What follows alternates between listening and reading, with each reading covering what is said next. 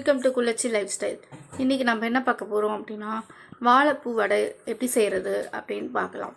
அதுக்கு தேவையான பொருட்கள்: கடலைப்பருப்பு, காஞ்ச மிளகாய், பூண்டு, வெங்காயம், சின்ன வெங்காயம் எடுத்துக்கலாம், டேஸ்ட் அப்போ தான் நல்லாயிருக்கும், பச்சை மிளகாய், கருவேப்பிலை, சோம்பு, சீரகம், தேவையான அளவு உப்பு.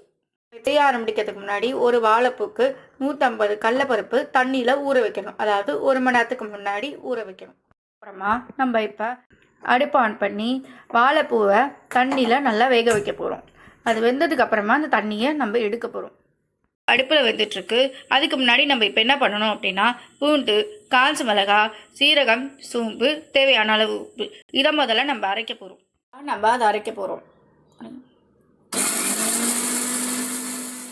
அடுத்து நம்ம இதில் கடலைப்பருப்பு சேர்த்து அரைக்க போகிறோம். தண்ணியை எடுத்துகிட்டு வெறும் கடலைப்பருப்பு மட்டும் அதில் போட்டு நம்ம அரைக்க போகிறோம். தண்ணி ஊற்றக்கூடாது. தண்ணி ஊற்றாமல் இப்படி திட்டாக அரைச்சிக்கணும். இது இப்படி நுர வந்துச்சுன்னா நல்லா வெந்துருச்சுன்னு அர்த்தம். இதோட அடுப்பு நிறுத்திடணும். வச்சோம் இல்லையா, அது இப்போ நம்ம இந்த தண்ணியை வடிகட்ட போகிறோம். தண்ணி சுத்தமாகவே இருக்கக்கூடாது. நம்ம அதை நல்லா வடிகட்டிக்கிறோம். ஏற்கனவே நம்ம தனியாக அரைச்சி வச்சுருந்தோம் இல்லையா, அது தனியாக ஒரு பாத்திரத்தில் கொட்டிக்கணும். கொட்டிட்டு இப்போது நம்ம வாழைப்பூவை அரைக்க போகிறோம். தண்ணி ஊற்றாமல் இப்போ நம்ம அரைக்க போகிறோம். இந்த கன்சிஸ்டன்சி வர அளவுக்கு நம்ம அரைச்சி எடுத்துக்கணும். நம்ம ஏற்கனவே அரைச்சி வச்சுருந்தோம் இல்லையா கடலைப்பருப்பு, இப்போ அந்த வாழைப்பூவை அரைச்சி வச்ச வாழைப்பூவை கலந்து வச்சுக்க போகிறோம். இந்த பச்சை மிளகாய், கருவேப்பிலை அதெல்லாம் நம்ம போட்டுக்க போகிறோம். அதோட சின்ன வெங்காயம் இருக்கு இல்லையா, அதையும் நம்ம போட்டுக்க போகிறோம்.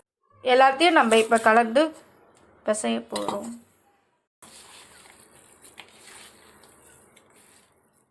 இந்த மாதிரி நம்ம நல்லா பிசைஞ்சு வச்சுக்கலாம். இப்படி நம்ம பால் பாக்கெட் கவர் இருக்கு இல்லையா, அது கட் பண்ணி வச்சுட்டு அப்போ தான் நம்மளுக்கு வடை தட்டுறதுக்கு ஈஸியாக இருக்கும். இப்போ நம்ம வடை தட்ட போகிறோம்.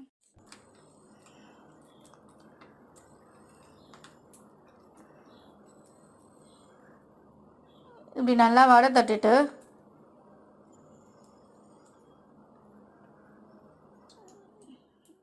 எண்ணெய் காய்ச்சதும் நம்ம இப்போ வடையை போட போகிறோம்.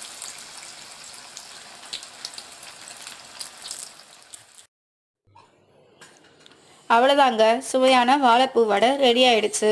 குழந்தைங்களுக்கு வாழைப்பூனாலே பிடிக்காது. வாழைப்பூ கொஞ்சம் துவப்பாக இருக்கும்ன்றதுனால பிடிக்காது. இப்படி பருப்பு வடை மாதிரி செஞ்சு கொடுத்தீங்கன்னா அது முறுமுறுன்னு இருக்கனால குழந்தைங்க ஈவினிங் ஸ்நாக்ஸாக விரும்பி சாப்பிடுவாங்க. இது உடம்புக்கும் ரொம்ப நல்லது. இந்த ரெசிபி உங்களுக்கு பிடிச்சிருந்ததுன்னா லைக் பண்ணுங்கள், கமெண்ட் பண்ணுங்கள், ஷேர் பண்ணுங்கள், சப்ஸ்கிரைப் பண்ணுங்கள்.